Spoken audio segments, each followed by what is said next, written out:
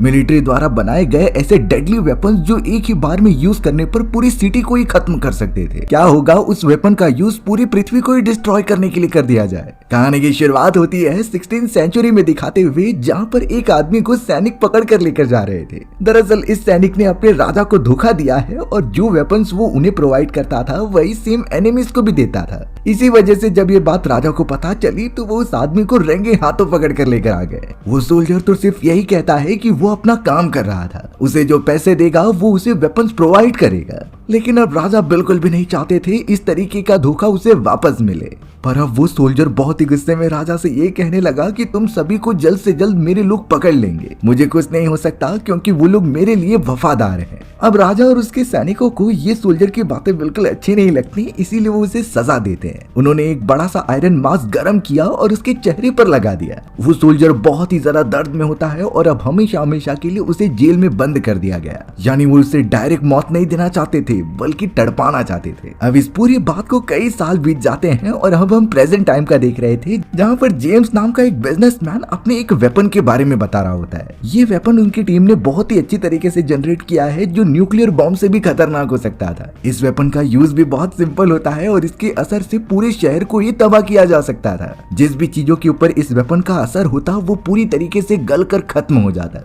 यानी अगर वो किसी आर्मी की टुकड़ी पर ये वेपन यूज कर ले तो वो एक ही बार में मर जाएंगे। जेम्स ने उस वेपन से रिलेटेड सारी प्रेजेंटेशन वहां पर दिखा दी थी, जिससे कि अब हॉक नाम का एक मिलिट्री ऑफिसर उसे पसंद कर लेता है। उसने तुरंत ही डील करके जेम्स से ये वेपन खरीदने की मांग की। जेम्स भी उन्हें वेपन देने के लिए राजी हो चुका था, जिससे वो अपने मिलिट्री फोर्सेस में इसका यूज कर सकते हैं। अब कुछ समय बाद हमें ड्यूक और रिप नाम के दो सोल्जर्स दिखाए गए जो कि उसी वेपन को जेम्स के फैक्ट्री से लेकर जा रहे थे। उन्होंने अपने साथ कई सारी सिक्योरिटीज भी रखी थी क्योंकि ये वेपन महंगा है, इसका असर बहुत खतरनाक हो सकता था, तो इतनी सेफ्टी तो बनती है। मिलिट्री हेलीकॉप्टर्स और कई सारे मिलिट्री टैंक्स वहां पर आगे बढ़ने लगे एक बहुत ही सुनसान रास्ते पर। यही उन्हें जगह बताई गई थी कि यहाँ पर उनका हॉल्ट होगा, लेकिन ये तो पूरा सुनसान एरिया होता है। फिर भी वो अपने सीनियर्स द्वारा बताए गए कमांड को फॉलो कर रहे थे। पर तभी अचानक आसमान में एक अजीब तरीके की स्पेसशिप दिखाई गई जो बहुत ज्यादा एडवांस थी। स्पेसशिप ऐसे ऐसे बीम्स फायर करती है जिससे मिलिट्री हेलीकॉप्टर्स एक ही बार में डिस्ट्रॉय हो जा रहे थे।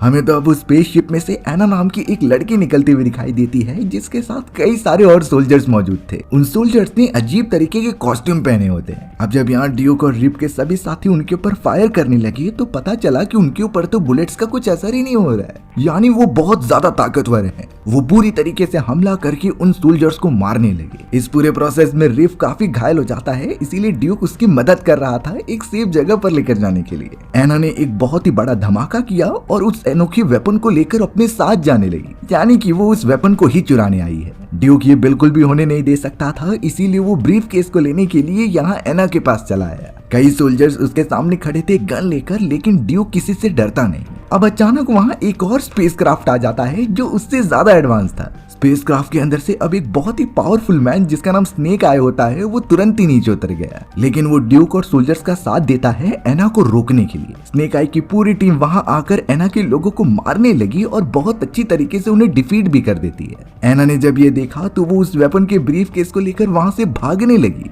बट ड्यूक उसका पीछा नहीं छोड़ता। वो लगातार ब्रीफ केस को पकड़ता है और उसे नीचे खींच लेता है। एना के हाथ अब भी वो वेपन वाला ब्रीफकेस नहीं लगा, पर वो अपनी जान बचाकर वहां से चली जाती है। अब ड्यूक जब उस ब्रीफकेस को लेकर स्नेक आया और बाकी लोगों के पास पहुंचा तो वो उसे अपने जनरल हॉक का एक मैसेज दिखाते हैं। हॉक ने तो यहाँ ड्यूक को सभी बातें समझाते हुए ये कहा कि तुम्हें हमारे साथ चलना होगा, हमें एक बहुत ही इंपॉर्टेंट मिशन करना है और तुम भी इसका एक पार्ट हो। बचे हुए सभी सोल्जर्स अब उनकी एडवांस स्पेसशिप में बैठ जाते हैं और वहां से निकलने लगते हैं। रिप जो कि घायल हो चुका था उसका भी अच्छी तरीके से इलाज किया जाता है। रिप तो यहाँ स्नेक आय से बात करने की कोशिश कर रहा था, लेकिन पता चलता है कि स्नेक आय कुछ बोलता ही नहीं। अब उन्हें और अच्छी तरीके से डिटेल में बताने के लिए वो अपनी स्पेसक्राफ्ट को एक डेजर्टेड वाले एरिया में लेकर आ जाते हैं, लेकिन उस जगह के बीचों बीच एक बड़ा सा बेस ओपन हो गया था, यानी वो एक हिडन बेस होता है जो सभी लोगों से छुपा था। अंदर की तरफ तो कई सारी एडवांस टेक्नोलॉजी वाले चैम्बर्स होते हैं और कई सोल्जर्स वहाँ ट्रेनिंग भी कर रहे थे। ड्यूक और रिप के सभी सोल्जर्स को एक साथ बुलाया जाता है और जनरल हॉक उनसे बातें कर रहे थे।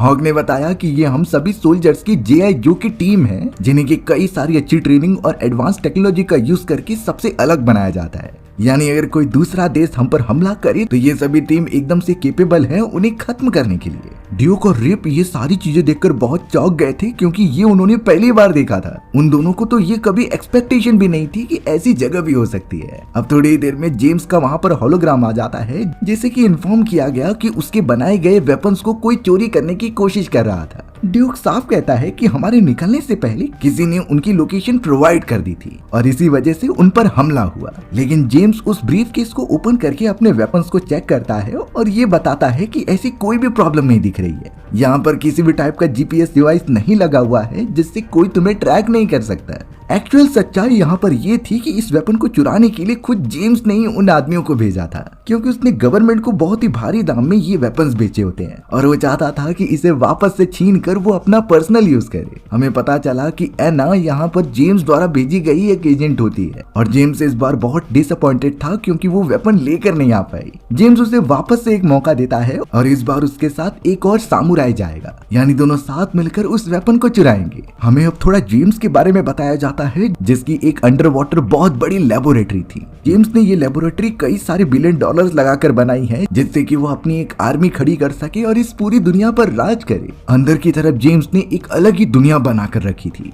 उसका मानना था कि वो कुछ ऐसे सोल्जर्स को बनाए जो बाकी सोल्जर्स से एकदम अलग हों। इन्हें सुपर सोल्जर्स का भी नाम दिया गया था। ये बात तब हमें पता चलती है जब एक सोल्जर को कोबरा बाइट का टेस्टिंग की जा रही थी। जेम्स का एक सोल्जर कोबरा के पास अपना हाथ रख देता है, जिससे कि कोबरा ने अपना पॉइजन अंदर डाल दिया। लेकिन यहाँ पता चला कि उस सोल्जर के बॉडी में पॉइजन जब जा रहा था तो उनके बॉडी में ऐसे नैनो इंग्रेडिएंट्स होते हैं जो उस पॉइजन को बॉडी के बाहर फेंक दे रहे थे, यानी उस पॉइजन का सोल्जर के ऊपर जरा भी इफेक्ट नहीं पड़ता। इससे साफ पता चल सकता है कि वो अपने सोल्जर्स को कितना ज्यादा ताकतवर बना रहा है। अब यहाँ जनरल हॉक की टीम एना के बारे में सब कुछ पता लगाने लगी थी कि वो किसके लिए काम करती है, क्योंकि शायद आगे चलकर उन्हें अंदाजा था कि एना फिर से हमला करने जरूर आएगी। अब उनके सुपर कंप्यूटर के डेटाबेस में वो जब एना के बारे में पता करते हैं और उसकी फोटोज दिखाते हैं तो ये सच्चाई सामने आई कि ये तो ड्यूक की फियांसे थी, लेकिन उसने बीच रास्ते में ही ड्यूक को छोड़ दिया और वहां से चली गई। ड्यूक को तो अभी तक अपना भाई भी नहीं मिल पाया है, जो एक्चुअल में मिलिट्री ऑफिसर ही था। ड्यूक तब से ही अपने भाई की तलाश में है। फिलहाल उनके पास वो बहुत ही खतरनाक वेपन मौजूद था, तो उन्हें डरने की कोई जरूरत नहीं थी, पर उन्हें अपने सोल्जर्स की क्वांटिटी और एबिलिटी बढ़ानी होगी अपने दुश्मनों से लड़ने के लिए। सबसे अच्छी बात तो ये हुई कि जनरल हॉक ने ड्यूक और रिप को अपनी टीम में शामिल करने का डिसाइड कर लिया था। वो दोनों बहुत ही अच्छे सोल्जर्स थे, लेकिन टेक्नोलॉजी इंक्लूड करके और अच्छी ट्रेनिंग प्रोवाइड करके उन्हें और अच्छा बनाया जा सकता था। ड्यूक और रिप भी इस इन्विटेशन को एक्सेप्ट कर लेते हैं और उसी सेंटर में रुककर सारी टेक्नोलॉजीज के साथ ट्रेनिंग करने लगते हैं। सबसे पहले तो उन दोनों को बहुत ही एडवांस कॉस्ट्यूम्स दिए गए जो उनकी एबिलिटी को दुगना कर देंगे, यानी कि नॉर्मल भागने की स्पीड उनकी बहुत ज्यादा तेज हो जाएगी और वो कोई भी अजीब तरीके के स्टंट्स परफॉर्म कर सकते हैं। ड्यूक और रिप को ऐसी टेक्नोलॉजी पहली बार देखने मिल रही थी, पर वो उतने में ही बहुत अच्छा परफॉर्म कर रहे होते हैं। उन दोनों को जो टास्क दिया जा रहा था वो उसे अच्छी तरीके से कंप्लीट करते हुए लेवल अप करते जाते हैं। जनरल हॉक को भी अब ठीक लगने लगा कि उन्होंने सही सिलेक्शन किया है।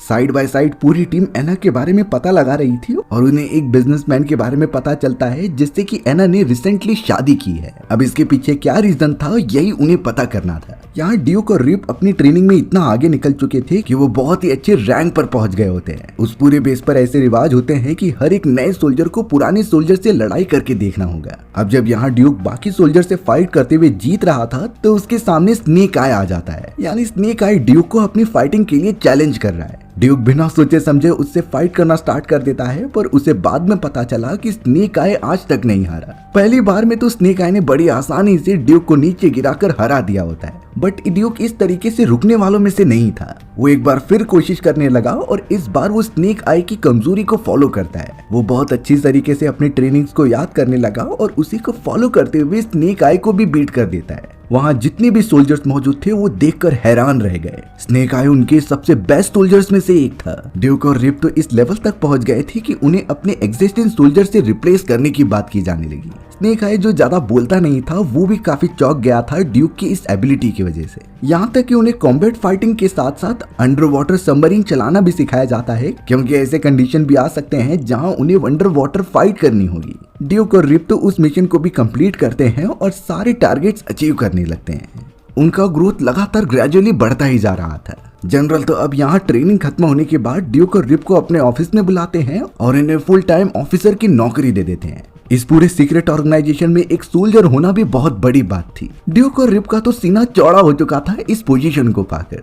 अब हमें दूसरी तरफ एना दिखाई जाती है जो अपने कई सारे लोगों के साथ एडवांस ड्रिलिंग मशीन का यूज करते हुए जनरल और उनके सैनिकों के एक सीक्रेट अड्डे में घुसने लगी थी। एना के साथ वो सामुराई भी मौजूद होता है जो कि अपने मिशन को कंप्लीट करने आए थे, यानी उस खतरनाक वेपन को उन सोल्जर से चुरा कर लाना। एना और उसके सैनिकों ने बड़ी चालाकी से अंदर घुसना स्टार्ट किया और जनरल को बेहोश करके वो वेपन्स लेने लगे। जनरल बहुत ज्यादा घायल हो जाते हैं पर वो किसी भी तरीके से अलार्म सिस्टम को बजा देते हैं। अलार्म की आवाज सुनते ही सभी सोल्जर्स वहां पर अपने वेपन लेकर जमा होने लगे और उन सोल्जर्स ने तो यहाँ एना की ड्रिलिंग मशीन्स को भी डिस्ट्रॉय कर दिया था। चारों तरफ अब एना के सोल्जर्स फैल चुके थे जिससे कि दूसरे सोल्जर्स फाइट कर रहे होते हैं। ड्यूक और रिप भी इसमें उनकी पूरी मदद कर रहे थे सैनिकों को खत्म करने के लिए। अब यहाँ एना का वो व्हाइट सामुराई जो कि बहुत ज्यादा ताकतवर लग रहा था उससे स्नेक आय फाइट करने के लिए चला जाता है। दोनों देखने में एक ही लेवल के लग रहे थे और उनकी ताकतें तो बाकी लोगों से बहुत ज्यादा थी। एना से तो अब एक फीमेल सोल्जर फाइट करने के लिए आ गई थी क्योंकि उसे रोकना बहुत जरूरी था।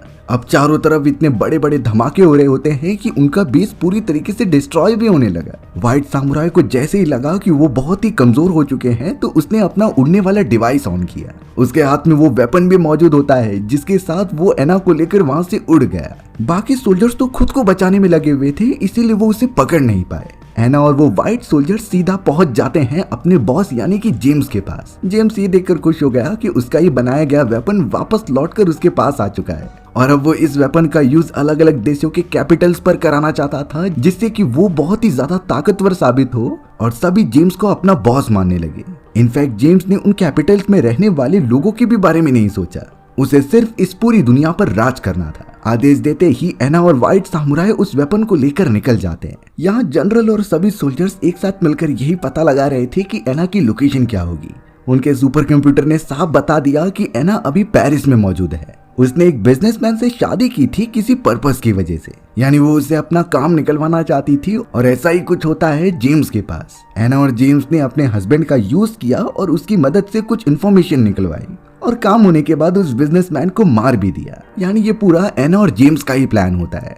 अब ये बातें जनरल और सभी सोल्जर्स को पता चल चुकी थी तो इसीलिए स्नेक आय अपनी पूरी टीम को लेकर निकल पड़ता है पेरिस की तरफ। उन्हें किसी भी हालत में एना और उसके पूरे साथियों को पकड़ना होगा और उस वेपन को यूज करने से रोकना था। सभी को पता होता है कि ये मिशन कितना ज्यादा डिफिकल्ट होने वाला है। इसमें लोगों की जानें जाएंगी और बहुत सारी आर्थिक स्थिति खराब होगी, बट एट द एंड उन्हें सेव करना था पूरे पृथ्वी को। एना और उसके सभी साथी वो खतरनाक हथियार लेकर अपनी कार में दूर जा ही रहे थे, लेकिन स्नेक आय और उसकी पूरी सोल्जर्स की टीम भी उनका पीछा कर रही थी।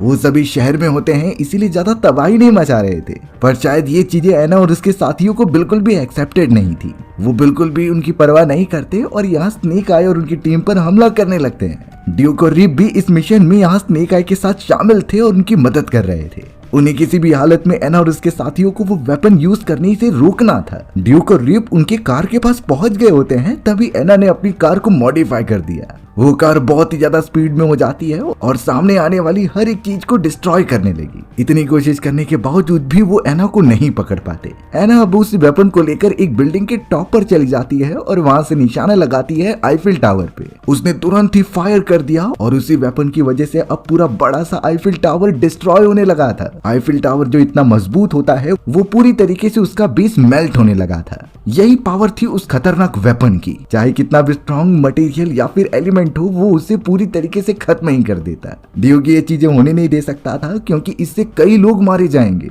ऊपर से आईफिल टावर के मलबे नीचे गिर रहे थे और लोग बहुत भारी मात्रा में खत्म होते हैं। ड्यूक इसीलिए एक लंबी जंप लगाता है जो सीधा उस स्पेसशिप की तरफ चला गया जहां से उस वेपन को ऑपरेट किया जा रहा था। ड्यूक ने बड़ी बहादुरी से उस वेपन को बंद तो कर दिया जिससे कि आईफिल टावर का बेस मेल्ट होना बंद हो गया था। इस पूरे प्रोसेस के बाद यहाँ एना और उसके सोल्जर्स ने ड्यूक को पकड़ लिया होता है। वो तो ड्यूक को अपने साथ जेम्स के एक हेडक्वार्टर में लेकर जा रहे थे जो पूरा पानी के अंदर मौजूद था। अब तो ड्यूक से बहुत सारी इंफॉर्मेशन निकलवाने के लिए उसे टॉर्चर किया जाता है। उसे बहुत ज्यादा मारा जा रहा था और हर एक चीजें डैमेज पहुंचाई जा रही थी। लेकिन जब इस पूरे प्रोसेस को एना नोटिस करती है तो उसे कुछ विजन्स आने लगे। ये विजन्स और कुछ नहीं बल्कि उसके और ड्यूक के बिताए गए पास्ट एक्सपीरियंस होते हैं। ये बात क्लियर हो गई कि जेम्स ने भी यहाँ एना के दिमाग पर कुछ तो चीजें एक्सपेरिमेंट की हैं और उसे अपने साइड कर लिया है। अच्छी बात तो ये थी कि अब एना को सब कुछ याद आने लगा है। हमें तो स्नेक आए और कई सोल्जर्स दिखाए जाते हैं जो कि जेम्स के एक आदमी की लोकेशन को ट्रैक कर रहे थे। इस बात से उन्हें लोकेशन का पता चल जाता है कि आखिर उन्होंने ड्यूक को कहां पर छुपा कर रखा होगा। ये सारी इन्फॉर्मेशन वो जनरल हॉक को दे देते हैं, इसीलिए जनरल अब अपने सभी सोल्जर्स को तैनात कर देते हैं उस अड्डे पर जाकर हमला करने के लिए। ये वही हेडक्वार्टर था जो पानी के अंदर मौजूद होता है और जेम्स वहां एक्सपेरिमेंट किया करता है। स्नेक आय और उसके बहादुर सोल्जर्स बिल्कुल भी देरी नहीं करते और अपने एडवांस स्पेसशिप लेकर वहां पहुंच जाते हैं। उनके पास तो सबमरीन्स भी थी जो बहुत ही तेजी से पानी में चल सकती हैं। वो सभी बहुत ही ज्यादा धमाका करते हुए अंदर घुस गए थे अपने साथी ड्यूक को बचाने के लिए। जेम्स ने तो अपने सोल्जर्स को बोल दिया था कि वो उस वेपन का यूज करके अलग अलग शहरों को खत्म करना स्टार्ट करे। स्नेक आय और कुछ सोल्जर्स बर्फीले वाले इलाके में आते हैं जहां उन्होंने सिक्योरिटीज को खत्म करके एक स्पेसशिप को अपने अंडर ले लिया था। जेम्स ने तो एक वेपन के अंदर छोटा वेपन का टुकड़ा इंक्लूड कर दिया था जो किसी शहर पर जाकर ब्लास्ट हो जाएगा। उसने वो तुरंत ही फायर कर दिया जिससे कि वो हवा में उड़ने लगी थी, लेकिन स्नेक आय और उसके सभी सोल्जर्स मिलकर उस वेपन को डिस्ट्रॉय कर देते हैं। बाकी बचे हुए सोल्जर्स अंदर जाकर उन सभी दुश्मनी सोल्जर्स को मारने लगे। हमें तो जेम्स के एक वैज्ञानिक को दिखाया जाता है जो कि ड्यूक के ऊपर एक्सपेरिमेंट कर रहा था उसके अंदर चिप इंक्लूड करने के लिए, यानी कि वो ड्यूक को भी अपनी तरफ करना चाहते थे। पर ऐसा वो करते इससे पहले एना वहां पर आ जाती है। एना ने उस वैज्ञानिक को दूर किया और यहाँ वो ड्यूक को आजाद करती है जैसे कि उसे सब कुछ याद आ गया हो। ड्यूक को भी समझ जाता है कि एना जेम्स के कब्जे में है, इसीलिए अब वो मेन सिस्टम में चला जाता है और वहां से एक्सेस लेकर एना को आजाद कर देता है। एना बिल्कुल भी जेम्स के कंट्रोल में नहीं है। दूसरी तरफ हमें व्हाइट हाउस में दिखाया गया जहां प्रेसिडेंट के कई सारे लोग वहां आकर उन्हें राय देने लगे कि हमें यहाँ से निकलना होगा, आपकी जान को बहुत ज्यादा खतरा हो सकता है। बट उन्हें क्या पता कि उनके बीच जेम्स का एक साथी मौजूद है। जेम्स के उस अंडरकवर एजेंट्स ने सारे एजेंट्स को मार दिया और यहाँ प्रेसिडेंट को बंदी बना लिया। अब तो वहाँ जेम्स के अंडर वाटर हेडक्वार्टर के अंदर कई सारी तबाहियां होने लगी थी क्योंकि स्नेक आय अपने सैनिकों के साथ वहाँ आ चुका था। उनके बीच में धमाकेदार फाइटिंग होने से हेडक्वार्टर पूरा डिस्ट्रॉय होने लगा था। स्नेक आय तो अब जेम्स के उस व्हाइट सामुराई से लड़ाई करने लगा था जो बहुत ताकतवर होता है। शुरुआत में तो वो स्नेक आय को अच्छी टक्कर दे रहा था, पर स्नेक आय उसकी कमजोरी जानता था। उसने एक ही मोमेंट पर व्हाइट सामुराई को मार दिया। पर अब बाहर की तरफ जेम्स ने कमांड देकर 2 मिसाइल्स और फायर कर दिए होते हैं जिनमें वो खतरनाक वेपन्स हैं, और अगर ये दोनों खतरनाक मिसाइल्स किसी भी शहर पर ब्लास्ट हुए तो उसका मरना तय है। इसी वजह से स्नेक आय का एक सोल्जर अपनी स्पेसशिप लेकर उन दोनों मिसाइल्स को डिस्ट्रॉय करने के चक्कर में जाता है। एक मिसाइल को तो उन्होंने खत्म कर दिया था, पर अब दूसरे मिसाइल पर उसका निशाना नहीं लग रहा होता है और वो मिसाइल एकदम शहर के पास पहुंच चुका होता है। इसी वजह से सोल्जर ने अपनी स्पेसशिप का स्पीड बढ़ाई और उससे स्पेसशिप से ही टकरा दिया। स्पेसशिप के ऊपर अब वो पूरा वेपन फैल चुका था जिससे कि वो डिकम्पोज होने लगी। लेकिन वो सोल्जर बहुत बहादुर होता है जो कि अपने जेट को ऊपर की तरफ लेकर चला गया। वो नहीं चाहता था कि वेपन उनके इन्वायरमेंट में मौजूद हो, और अब सही समय पर उसका फाइटिंग जेट ब्लास्ट होने से पहले वो बाहर निकल जाता है। यानी उन लोगों ने इस वेपन को पूरी तरीके से खत्म कर दिया है। वहीं हमें जनरल के बाकी सोल्जर्स को दिखाया गया जिसने कि जेम्स के उस अंडर वाटर कमांड सेंटर को डिस्ट्रॉय कर दिया था। बेचारा जेम्स भी उसमें मारा जाता है और उसकी बची हुई सारी टेक्नोलॉजीज उन सोल्जर्स ने हड़प ली थी। यानी वो अब अपने फ्यूचर मिशंस के लिए इसका यूज करेंगे। और हमारी ये कहानी भी यहीं खत्म हो गई। सो व्यूअर्स, आपको ये स्टोरी कैसी लगी कमेंट सेक्शन में बताना भूलना मत। और अगर आपको मेरा एक्सप्लेनेशन 1% भी अच्छा लगा होगा ना तो वीडियो को लाइक एंड चैनल को सब्सक्राइब जरूर कर देना। मिलते हैं इसी तरीके की मजेदार वीडियोस में, तब तक के लिए बाय बाय।